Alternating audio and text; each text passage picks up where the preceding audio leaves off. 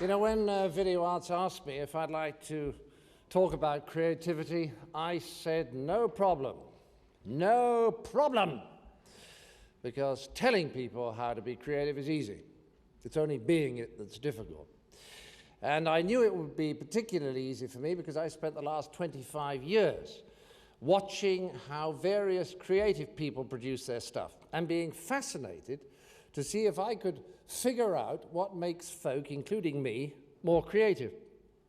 What is more, a couple of years ago, I got very excited because a friend of mine who runs the psychology department at Sussex University, Brian Bates, showed me some research on creativity done at Berkeley in the 70s by a brilliant psychologist called Donald McKinnon, which seemed to confirm in the most impressively scientific way all the vague observations and intuitions that I'd had over the years.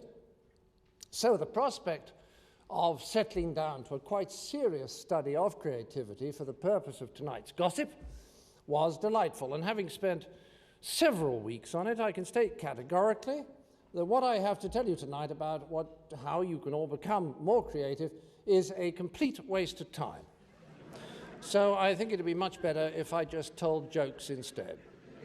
You know the light bulb jokes, you know? How many poles does it take to screw in a light bulb? 1 to hold the bulb, 4 to turn the table. How many folk singers does it take to change a light bulb? Answer 5. 1 to change the bulb, and 4 to sing about how much better the old one was. How many socialists does it take to change a light bulb? Answer, we're not going to change it, we think it works. How many creative art... You see, the reason why it is futile for me to talk about creativity is that it simply cannot be explained. It's like Mozart's music or Van Gogh's painting or Saddam Hussein's propaganda. It is literally inexplicable. Freud, who analyzed practically everything else, repeatedly denied that psychoanalysis could shed any light whatsoever on the mysteries of creativity. And Brian Bates wrote to me recently, most of the best research on creativity was done in the 60s and 70s with a quite dramatic drop-off in quantity after then, largely, I suspect, because researchers began to feel that they had reached the limits of what science could discover about it. In fact, the only thing from the research that I could tell you about how to be creative is the sort of childhood that you should have had, which is of limited help to you at this point of your lives. However, there is one negative thing that I can say, and it's negative because it's easier to say what creativity isn't. A bit like the sculptor who, when asked how he had sculpted a very fine elephant, explained that he'd taken a big block of marble and then knocked away all the bits that didn't look like an elephant. Now, here's the negative thing. Creativity is not a talent. It is not a talent. It is a way of operating. So, how many actors does it take to screw in a light bulb? Answer, thousands, only 1 to do it, but thousands to say, I could have done that. How many Jewish mothers does it take to screw in a light bulb? Answer, don't mind me, I'll just sit here in the dark, nobody cares about me. How many surgeons? You see, when I say a way of operating, what I mean is this. Creativity is not an ability that you either have or do not have. It is, for example, and this may surprise you, absolutely unrelated to IQ, provided you're intelligent above a certain minimal level, that is. But McKinnon showed in investigating scientists, architects, engineers, and writers that those regarded by their peers as most creative were in no way whatsoever different in IQ from their less creative colleagues. So in what way were they different? Well, McKinnon showed that the most creative had simply acquired a facility for getting themselves into a particular mood, a way of operating, which allowed their natural creativity to function. In fact, McKinnon described this particular facility as an ability to play. Indeed, he described the most creative when in this mood as being childlike, for they were able to play with ideas, to explore them, not for any immediate practical purpose, but just for enjoyment. Play for its own sake. Now, about this mood, I'm working at the moment with Dr. Robin Skinner on a successor to our psychiatry book, Families and How to Survive Them. We're comparing the ways in which psychologically healthy families function, and then the ways in which such families function with the ways in which the most successful corporations and organizations function. And we become fascinated by the fact that we can usefully describe the way in which people function at work in terms of two modes, open and closed. So what I can just add now is that creativity is not possible in the closed mode. Okay? So how many American network TV executives does it take to screw in a light bulb? Answer, does it have to be a light bulb?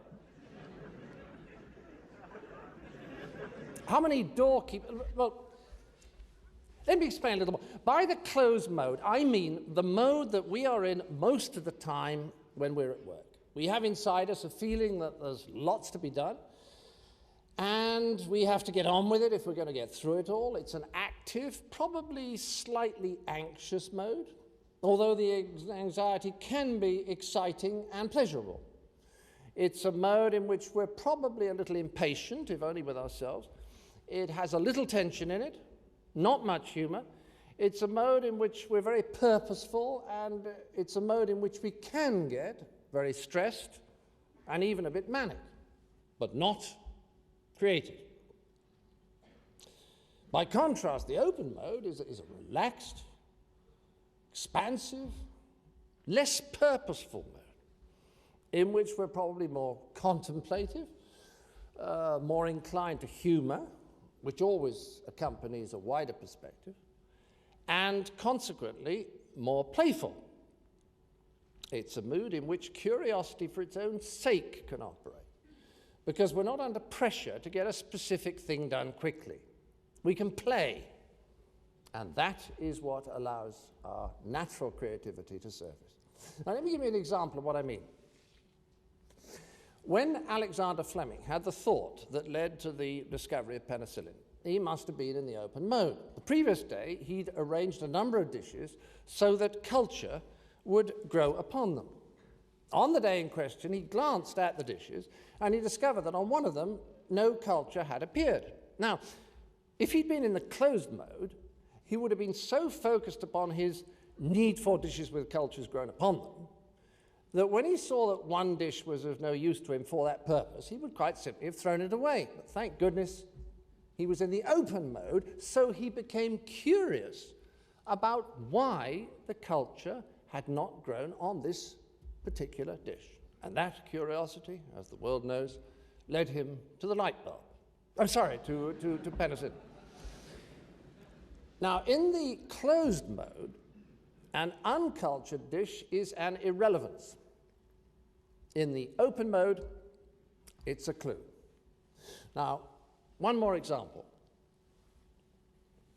One of Alfred Hitchcock's regular co-writers has described working with him on screenplays. He says, when we came up against a block and our discussions became very heated and intense, Hitchcock would suddenly stop and tell a story that had nothing to do with the work at hand. At first, I was almost outraged, and then I discovered that he did this intentionally.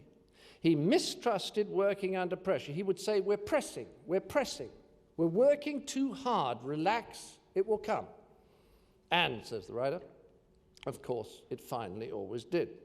But let me make one thing quite clear. We need to be in the open mode when we're pondering a problem. But once we come up with a solution, we must then switch to the closed mode to implement it, because once we've made a decision, we are efficient only if we go through with it decisively, undistracted by doubts about its correctness. For example, if you decide to leap a ravine, the moment just before takeoff is a bad time to start reviewing alternative strategies. When you're attacking a machine gun post, you should not make a particular effort to see the funny side of what you're doing. Humor is a natural concomitant of the open mode, but it's a luxury in the closed one. No, once we've taken a decision, we should narrow our focus while we're implementing it. And then after it's been carried out, we should once again switch back to the open mode to review the feedback arising from our action in order to decide whether the course that we have taken is successful or whether we should continue with the next stage of our plan.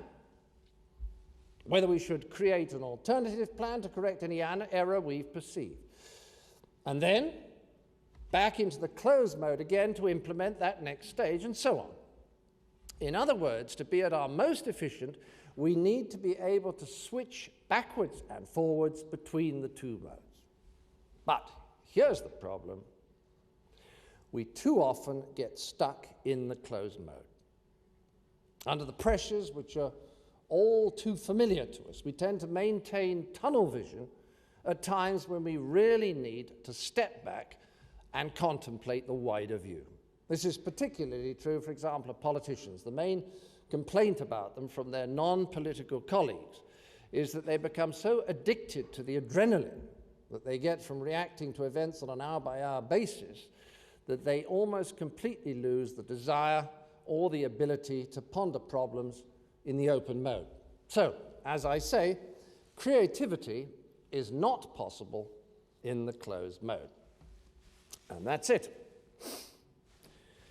Well, 20 minutes to go, so how many women's livers does it take to change a light bulb? Answer, 37, one to screw it in, and 36 to make a documentary about it. How many psychiatrists does it take to change a light bulb? The answer, only one, but the light bulb has really got to want to change. Oh, there is just one other thing that I can say about creativity. There are certain conditions which do make it more likely that you'll get into the open mode and that something creative will occur. More likely. You can't guarantee anything will occur. You might sit around for hours, as I did last Tuesday, and nothing. Zilch. Butt kiss. Not a sausage. Nevertheless, I can at least tell you how to get yourselves into the open mode. You need 5 things. 1, space. 2, time. 3, time. 4, confidence. And 5, a 22-inch waist. Sorry, my mind was wandering. I'm getting into the open mode too quickly. Instead of a 22-inch waist, read humor. I do beg your pardon. Okay, let's take space first. You can't become playful and therefore creative if you're under your usual pressures, because to cope with them, you've got to be in the closed mode, right? So you have to create some space for yourself away from those demands. And that means sealing yourself off. You must make a quiet space for yourself where you will be undisturbed. Next, time.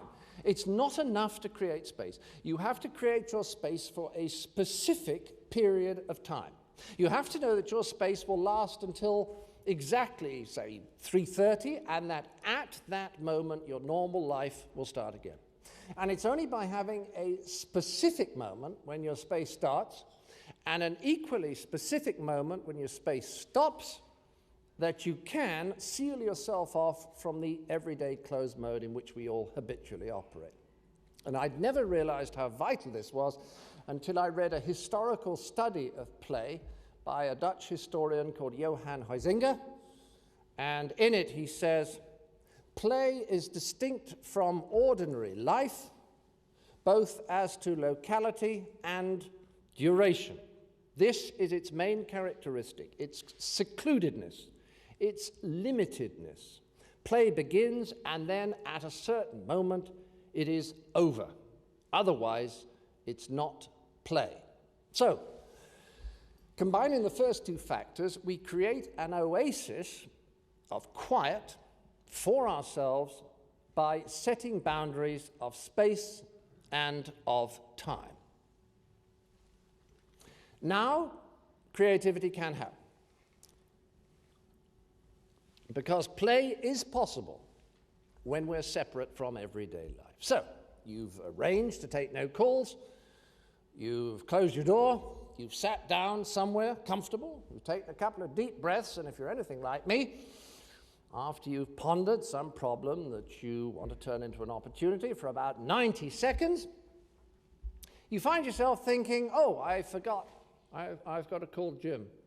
Oh, and I must tell Tina that I need the report on Wednesday and not Thursday, which means I must move my lunch with Joe, and damn, haven't called St. Paul's about getting Joe's daughter an interview, and I must pop out this afternoon to get Will's birthday present, and those plants need watering, and none of my pencils are sharpened, and right, I've got too much to do, so I'm going to start by sorting out my paper clips, and then I shall make 27 phone calls, and I'll do some thinking tomorrow when I've got everything out of the way.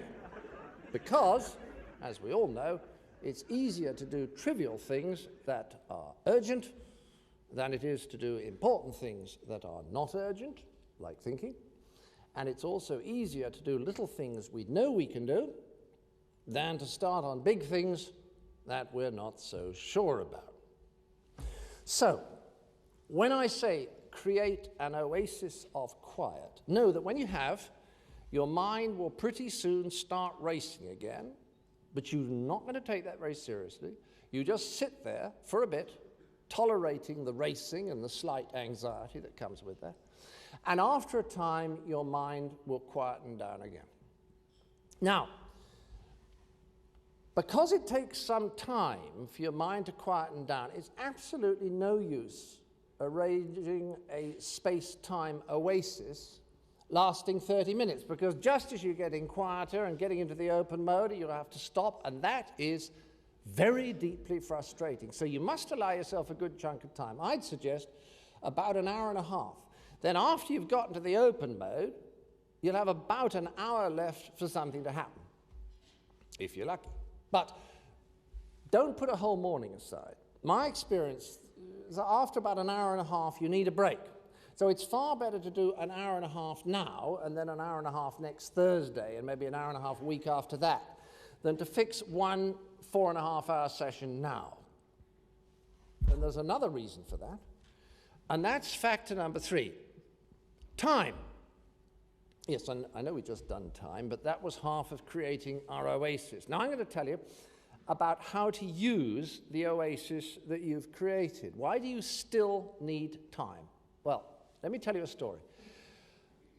I was always intrigued that one of my Monty Python colleagues, who seemed to be, to me, more talented than I was, did never produce scripts as original as mine. And I watched for some time, and then I began to see why. If he was faced with a problem, and fairly soon saw a solution, he was inclined to take it, even though, I think, he knew the solution was not very original.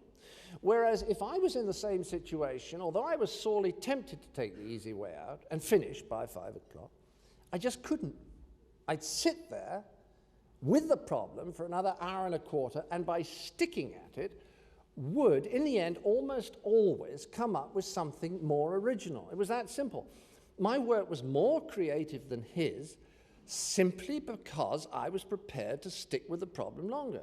So imagine my excitement when I found that this was exactly what McKinnon found in his research.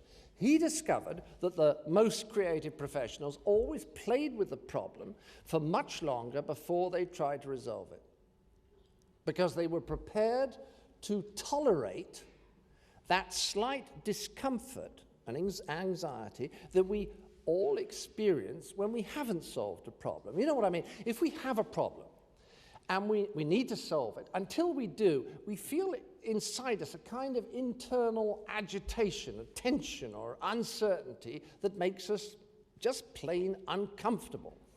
And we want to get rid of that discomfort. So in order to do so, we take a decision. Not because we're sure it's the best decision, but because taking it will make us feel better. Well, the most creative people have learned to tolerate that discomfort for much longer. And so, just because they put in more pondering time, their solutions are more creative. Now, the people I find it hardest to be creative with are people who need, all the time, to project an image of themselves as decisive, and who feel that to create this image, they need to decide everything very quickly and with a great show of confidence. Well, this behavior, I suggest sincerely, is the most effective way of strangling creativity at birth.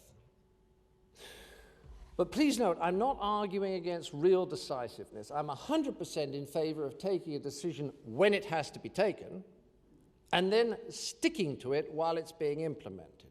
What I'm suggesting to you is that before you take a decision, you should always ask yourself the question, when does this decision have to be taken? And having answered that, you defer the decision until then, in order to give yourself maximum pondering time, which will lead you to the most creative solution. And if, while you're pondering, somebody accuses you of indecision, say, look, baby cakes, I don't have to decide till Tuesday, and I'm not chickening out of my creative discomfort by taking a snap decision before then. That's too easy. So, to summarize, the third factor that facilitates creativity is time. Giving your mind as long as possible to come up with something original. Now, the next factor, number 4, is confidence. When you're in your space-time oasis, getting into the open mode, nothing will stop you being creative so effectively as the fear of making a mistake. Now, if you think about play, you'll see why. True play is experiment. What happens if I do this? What would happen if we did that? What if? The very essence of playfulness is an openness to anything that may happen, a feeling that whatever happens, it's okay. So you cannot be playful if you're frightened that moving in some direction will be wrong, something you shouldn't have done. I mean, you're either free to play or you're not. As Alan Watts puts it, you can't be spontaneous within reason. So you've got to risk saying things that are silly and illogical and wrong, and the best way to get the confidence to do that is to know that while you're being creative, nothing is wrong. There's no such thing as a mistake, and any drivel may lead to the breakthrough. And now, the last factor, the fifth, humor. Well, I happen to think the main evolutionary significance of humor is that it gets us from the closed mode to the open mode quicker than anything else. I think we all know that laughter brings relaxation and that humor makes us playful, yet how many times have important discussions been held where really original and creative ideas were desperately needed to solve important problems, but where humor was taboo because the subject being discussed was so serious? This attitude seems to me to stem from a very basic misunderstanding of the difference between serious and solemn. Now, I suggest to you that a group of us could be sitting around after dinner discussing matters that were extremely serious, like the education of our children or our marriages or the meaning of life, and I'm not talking about the film, and we could be laughing, and that would not make what we were discussing one bit less serious. Solemnity, on the other hand, I mean, I don't know what it's for. I mean, what is the point of it? The two most beautiful memorial services that I've ever attended both had a lot of humor, and it somehow freed us all and made the services inspiring and cathartic. But solemnity, it serves pomposity, And the self-important always know at some level of their consciousness that their egotism is going to be punctured by humor. That's why they see it as a threat. And so dishonestly pretend that their deficiency makes their views more substantial, when it only makes them feel bigger. No, humor is an essential part of spontaneity, an essential part of playfulness, an essential part of the creativity that we need to solve problems, no matter how serious they may be. So, when you set up a space-time oasis, giggle all you want. And there, ladies and gentlemen, are the 5 factors which you can arrange to make your lives more creative. Space, time, confidence, and Lord Jeffrey Archer. So, now you know how to get into the open mode. The only other requirement is that you keep your mind gently round the subject you're pondering. Your daydream, of course, but you just keep bringing your mind back, just like with meditation. Because, and this is the extraordinary thing about creativity, if you just keep your mind resting against the subject in a friendly but persistent way, sooner or later you will get a reward from your unconscious. Probably in the shower later, or at breakfast the next morning, but suddenly you are rewarded. Out of the blue, a new thought mysteriously appears. If you've put in the pondering time first. So, how many Cecil Parkinsons does it take to change a light bulb? Answer 2, 1 to screw it in, 1 to screw it up. How many account executives does it take to screw in a light bulb? Answer, can I get back to you on that? How many how many Yugoslav, how many Dutch, I'm out of jokes. Oh, one thing. Looking at you all reminds me, I think it's easy to be creative if you've got other people to play with. I always find that if 2 or more of us throw ideas backwards and forwards, I get to more interesting and original places than I could ever have got to on my own. But there is a danger, a real danger, if there's one person around you who makes you feel defensive, you lose the confidence to play, and it's goodbye creativity. So always make sure your play friends are people that you like and trust. And never say anything to squash them either. Never say no or wrong or I don't like that. Always be positive and build on what's been said. Would it be even better if? I don't quite understand that. Can you just explain it again? Go on. What if? Let's pretend. Try to establish as free an atmosphere as possible. And you know, sometimes I wonder if the success of the Japanese isn't partly due to their instinctive understanding of how to use groups creatively. You know, Westerners are often amazed at the unstructured nature of Japanese meetings. But maybe it's just that very lack of structure, that absence of time pressure, that frees them to solve problems so creatively. And how clever of the Japanese sometimes to plan that unstructuredness by, for example, insisting that the first people to give their views are the most junior, so that they can speak freely without the possibility of contradicting what's already been said by somebody more important. 4 minutes left. How many Irish... Oh, sorry. Well, look, the very last thing that I can say about creativity is this. It's like humor. In a joke, the laugh comes at a moment when you connect 2 different frameworks of reference in a new way. Example, there's the old story about a woman doing a survey into sexual attitudes who stops an airline pilot and asks him, amongst other things, when he last had sexual intercourse. He replies, 1958. Now, knowing airline pilots, The researcher is surprised and queries this. Well, says the pilot, it's only 21:10 now. We laugh, eventually. At the moment of contact between two frameworks of reference, the way we express what year it is in the 24-hour clock. Now, having an idea, a new idea, is exactly the same thing. It's connecting two hitherto separate ideas in a way that generates new meaning.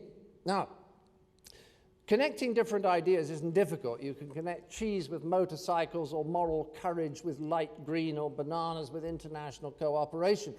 You can get any computer to make 1 billion random connections for you. But these new connections or juxtapositions are significant only if they generate new meaning, right? So as you play, you can deliberately try inventing these random juxtapositions and then use your intuition to tell you whether any of them seem to have significance for you.